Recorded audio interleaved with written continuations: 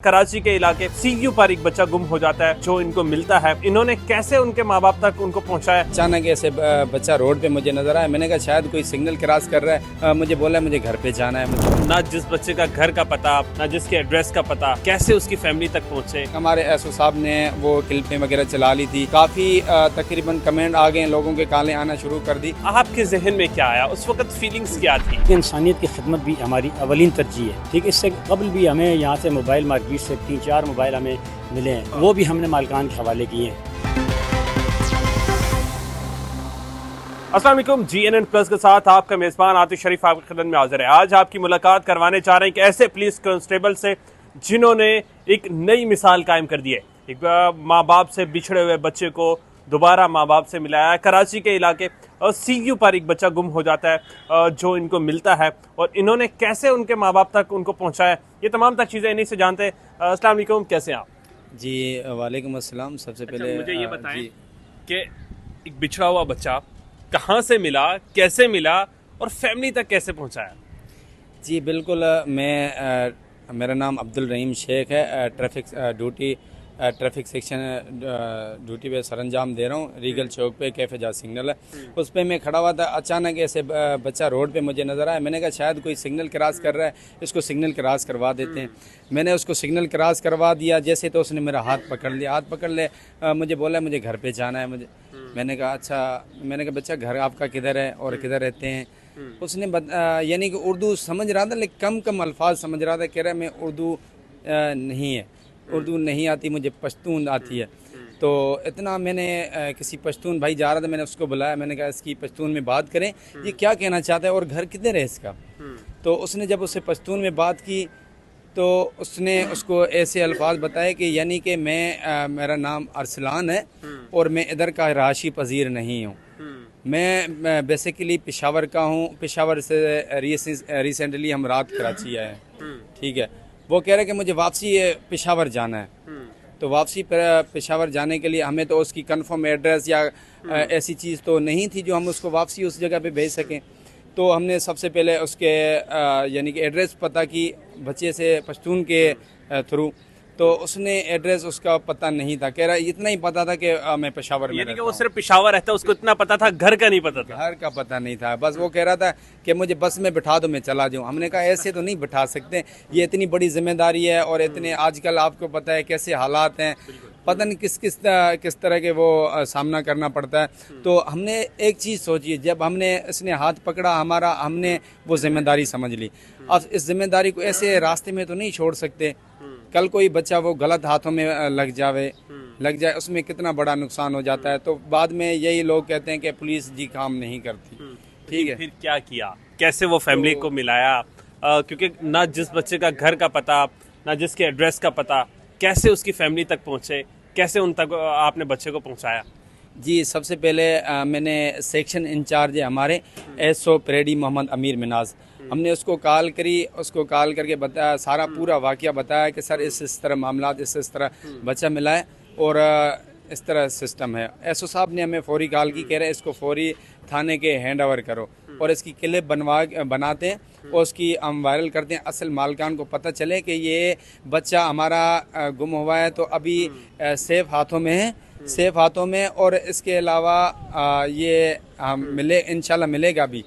तो जब वो SO साहब ने हमें बोला थाने पे ले आओ, थाने पे ले आए। बिल्कुल छोटा बच्चा था, तकरीबन उसकी उम्र 4, 4.5 या 5 साल उम्र थी।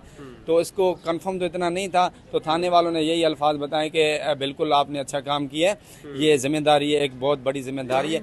ये बच्चा लेके जाएंगे वोमेन थाने में, ये उधर जमा होगा और ये असल मालिकान जो है उधर आएंगे। तब तक हमारे SO साहब ने वो क्लिपें वगैरह चला ली थी।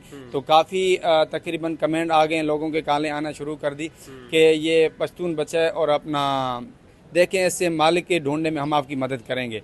तो इतने जहाँ एक तरफ पुलिस अपना एक मुस्बत किरदार अदा कर रही थी, वहाँ लोग भी राब्ते कर रहे थे, वो भी उस बच्चे को माँ बाप से मिलाने के लिए कोशिशें कर रहे थे। जी बिल्कुल, हाँ ऐसा ही था। तो एक अचानक कॉल आई कि एक टीवी रिपोर्टर था, वो भी पश्तून था। तो उसने बताया कि आप कौन सी जगह पे, मैं उस जगह पे आता हूँ। मैंने कहा इस जगह पे आप वोमेन थाने के पास आ जाएं या इस जगह पे आ जाएं। हमने उसको लोकेशन शेयर की, वो हमारे पास आए और जैसे आए तो उसने पश्तून में बात करी। उसने पश्तून में बात करी तो उसका एड्रेस वगैरह पता किया। तो वही पश्तून जो भाई था उसके कोई अड़ोस पड़ोस में रहता था कोई बच्चा। हाँ, उसने इसकी पिक्चर बना के उधर अपने हिसाब से अपने इलाकों में शेयर करवाई। तो उसको कंफर्म हुआ कि ये बच्चा के फलां का है। तो हम डायरेक्ट भी उसके हैंड ओवर नहीं कर सकते थे। हम कहते हैं कि असल मालिक है उसके हैंड ओवर करें। तो इसके लिए उसका नंबर मिला हमें, हमने उससे कांटेक्ट करने के बाद जब उसने बताया कि हम रिसेंटली पेशावर से रात कराची आए हैं, तो हमसे ये बच्चा सुबह मिस हुआ है। और तकरीबन उस टाइम टाइम बज रहा था 5 साढ़े 5 के दरमियान। सुबह 9 बजे से बच्चा मेरे पास था, तकरीबन शाम को 5-6 बजे बज रहे थे।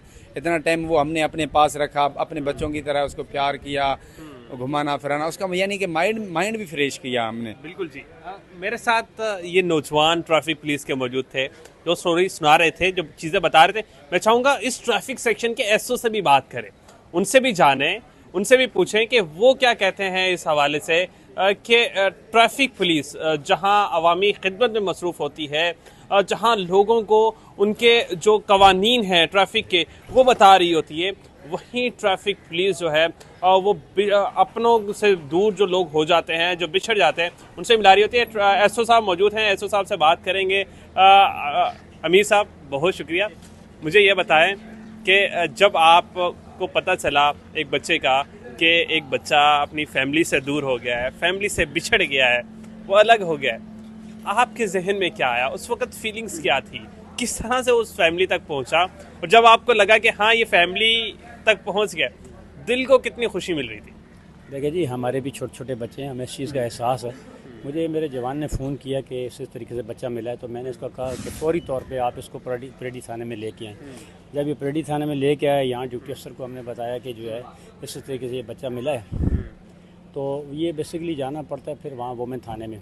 यहाँ हमने एंट्री करा दी और अपना मोबाइल नंबर मैंने भी लिखा दिया, इसने भी लिखा दिया कि अगर कोई पूछता हुआ आता है इन केस, तो आप हमसे उनसे कहिएगा हमसे रब्ता करें।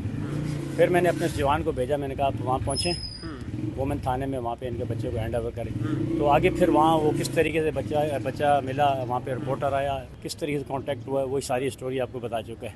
तो हमें दिली खुशी हुई कि एक बच्चा जो है वो खैर खैरियत से जो है अपने माँ बाप तक पहुँचा। अच्छा, ट्रैफिक पुलिस हम देखते हैं सड़क किनारे लोगों को रोककर चेकिंग कर रही होती है, उनको ट्रैफिक कवानीन के बारे में आगाही फराहम कर रही होती है। वहीं ट्रैफिक पुलिस के इन नौजवानों का जो जज्बा है, जो वो देखते हैं कि एक बच्चा जो है फैमिली से दूर हो गया है, या कोई शख्स जो है वो लावारिस हालत में है, या कोई शख्स को मदद की ज़रूरत है, ट्रैफिक पुलिस किस तरह से अपना जो है मुस्बत किरदार अदा कर रही होती है। और जब ये जवान ऐसे कारनामे सर अंजाम देते हैं, तब आपको किस कदर खुशी मिल रही होती है कि हमारे ट्रैफिक सेक्शन के इस जवान ने इतना बड़ा कारनामा कर दिया?